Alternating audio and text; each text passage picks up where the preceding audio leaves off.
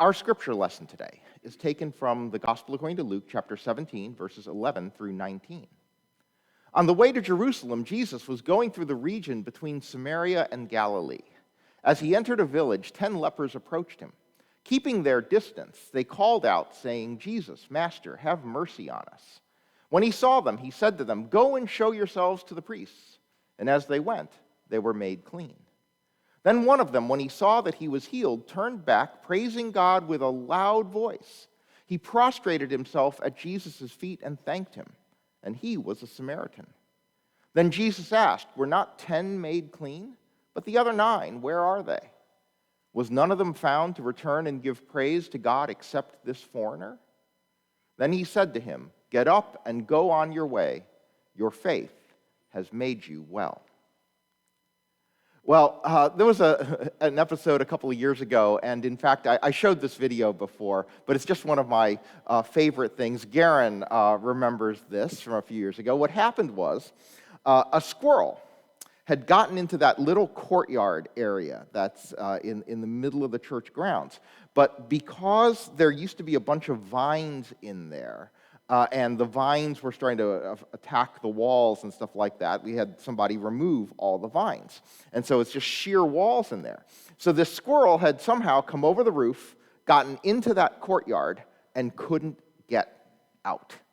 Okay? You'd see him try to climb the wall and then just slide back down. You'd see him climb the wall and slide back down. So we got to have a heart trap. Put it in there, and the squirrel found him the next morning inside the trap and took him outside to release him, but I had to take a video of the release of the squirrel.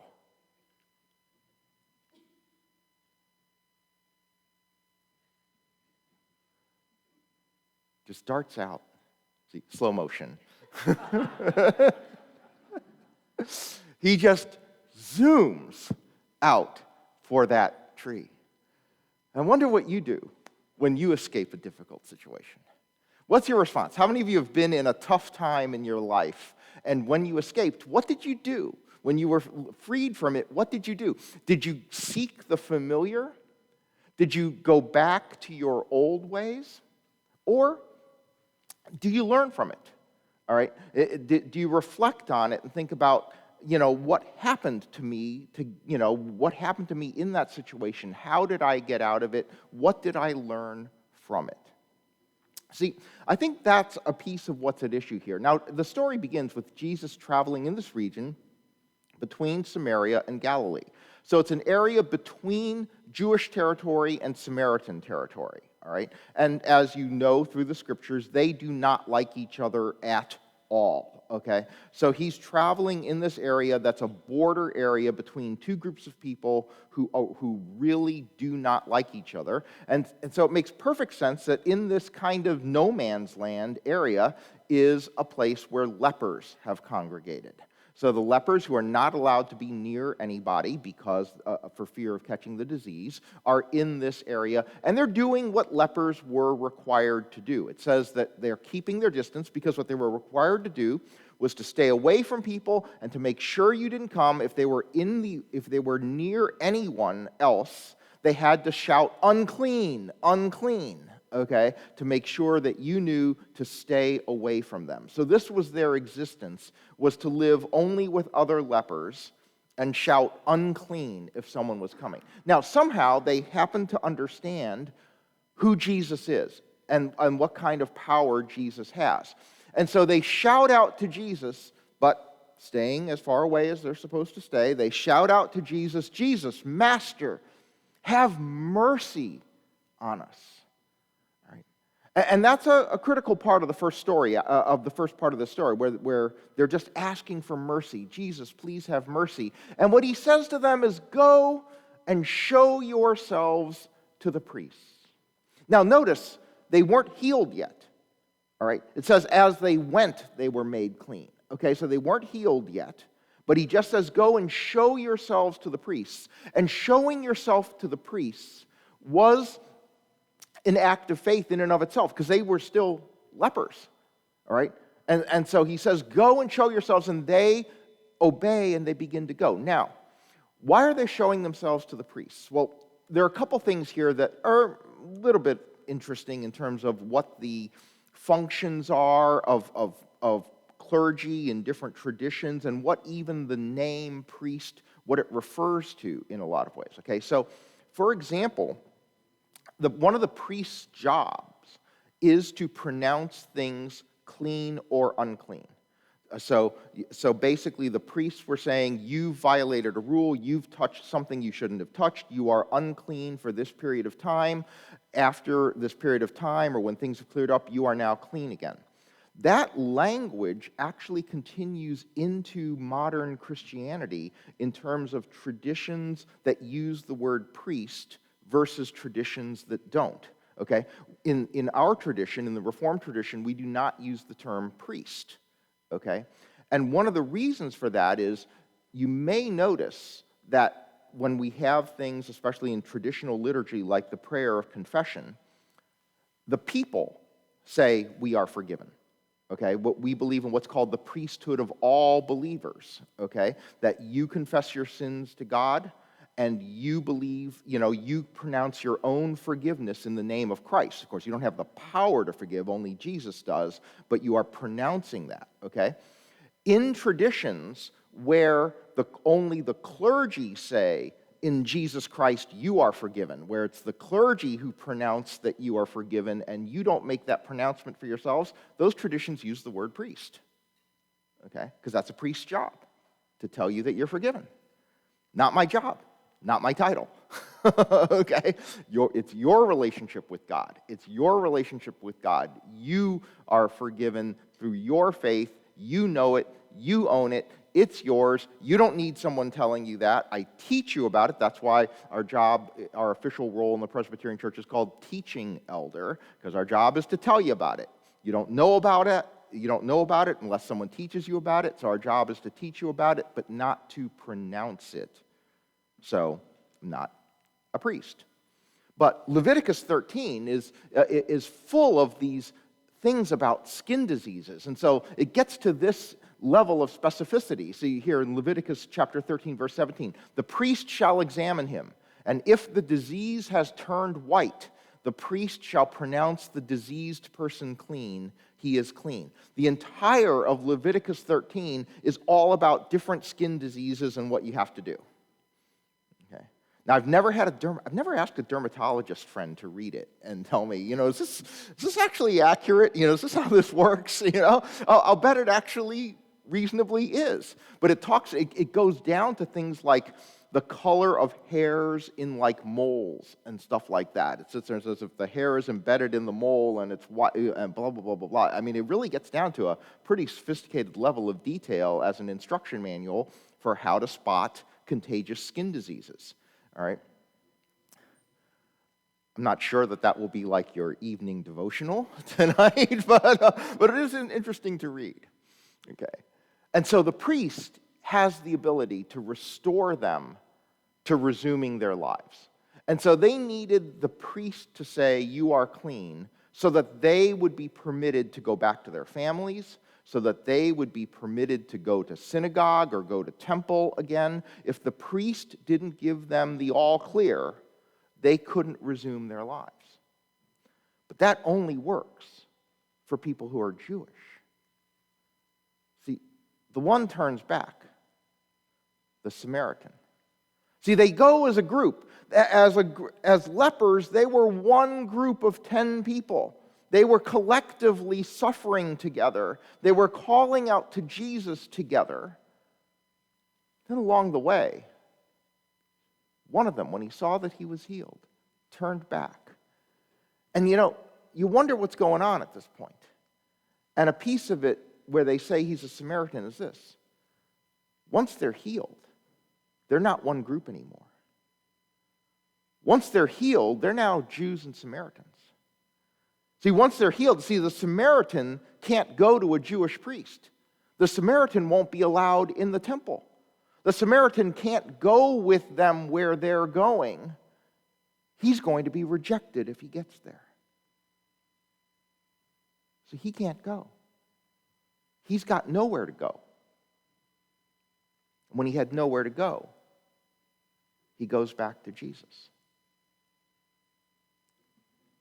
The group that had been unified lost that unity when they were healed. And this is one of the things that can happen. See, sometimes we learn lessons when we go through hard times, right? When we're in tough times, we learn lessons. And one of the lessons that you learn is who your friends are. One of the lessons that you learn is who is going to stand by you and stand with you when you're going through a hard time. And one of the things you have to remember when you get past the hard time is who was with you. And are you going to turn your back on them when things are better?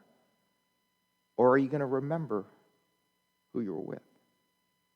See, this is one of the things that I wonder. It doesn't say anything about this in the passage, but I imagine that, the implication is that 9 of them were Jewish and 1 was a Samaritan. And I imagine these 10 going along the road. They had suffered together. They're going along the road. They're heading toward the priest so they can be pronounced clean, so they can go back to their lives. And when the one turns around and goes back, I wonder if the 9 even missed him. I wonder if the 9 even noticed. I wonder if the 9 cared. Or if they allowed their joy at being healed, the ability to go back to their lives, to cause them to forget the person who had been in their midst, who had suffered alongside them. The one goes back. The one who had nowhere else to go. And sometimes the inability to go back, sometimes having nowhere else to go, can actually be a blessing. Sometimes, when you have no choice but to move forward, that's actually a blessing in your life. And because he couldn't go back, he started to, till he realized, wait a second, where am I going? I can't go there. He found a new way forward. He came back to give praise to Christ. And that's the thing about being liberated, about getting an escape from a tough situation. The question is, are you going to use having gone through that circumstance to go forward or go backward? What are you going to do? You get through the hard time, you've made it through the hard time, you've survived it. What will you do? Do you reflect on what happened? Do you learn lessons from it? And do you then go forward? Or just say, whew, sure glad I made it through that. I'm just going to go back to the way things were. I can go back now.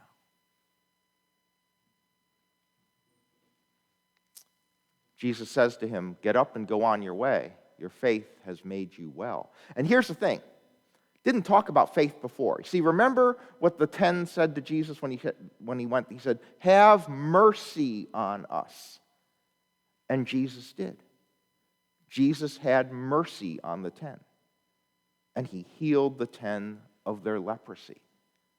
They were healed out of the mercy of Christ. The mercy that Jesus showed them was the reason why they were healed. But now the one comes back and he says, go on your way. He says, your faith has made you well. He was already healed. Remember, he was already healed. There's the difference. There's a difference between being healed, escaping from the physical or whatever situational problem we have in this world. There's a difference between escaping it and being made well. To be made well requires more. To be made well means that somehow we've changed. To be made well requires that we've somehow been affected by the circumstance so that we are now different on the other side of it. He was a different person now. He was made well. And it's reflection. The act of deciding what it is that I'm doing, what it is that I'm going to do next, what am I going to do now that I've escaped this difficult predicament? That's what turns the hard times into victory. It's not just the escape. It's the lessons that you learn. It's reflecting on those things. How did I get here? How did I escape? Who stood by me? What did I learn about others? What did I learn about life? What did I learn about God? What did I learn about me in the process? When you've made it through a hard time, or if you have in your past, can you reflect on it? Ask yourself some really simple questions. What were the hard times that I went through? What were they? Because sometimes in the immediate euphoria of the escape, you just move on really quickly. You don't think about it. But what were the hard times? What did you learn? And how have you applied what you learned?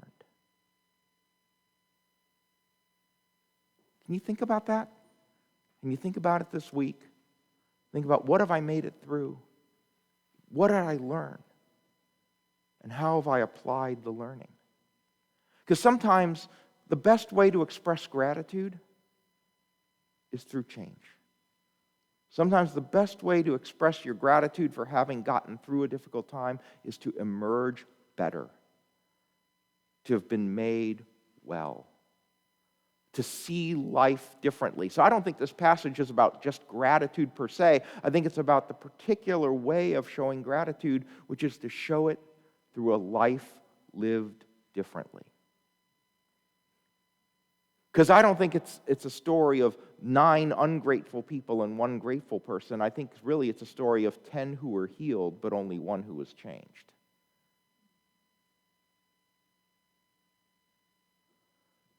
You know, after we released that squirrel, Garen and I had a conversation. Because we were worried the squirrel was going to show up there again. I didn't know what to use as squirrel bait, but I do remember distinctly it was an oatmeal raisin cookie. We had some lying around from coffee hour, grabbed an oatmeal raisin cookie, put it in the have a heart trap, and it came and it went for the cookie. We released it. So the question was, when it got out, because we released him right outside, what was he going to remember? So he could remember the oatmeal raisin cookie and say, all I have to do is climb up the wall, jump off the tree, over the roof, go down that side, and there's oatmeal raisin cookies there. Because you know what? He would have gotten another oatmeal raisin cookie. Okay. So that was the question. Is he gonna get another oatmeal raisin cookie? Is what lured him into the trap in the first place going to bring him back? Is whatever it is that got him into the courtyard in the first place going to bring him back? Or did he learn from his experience? And the answer is, we never saw him again. We checked for days. We looked in that courtyard to see, is there a squirrel frantically trying to get out of this courtyard? We checked every day for a couple of weeks to make sure that he didn't come back. Be the squirrel. Learn. Don't go back for the cookie. Okay? Don't go back for whatever it is that got you trapped in the hard place in the first place.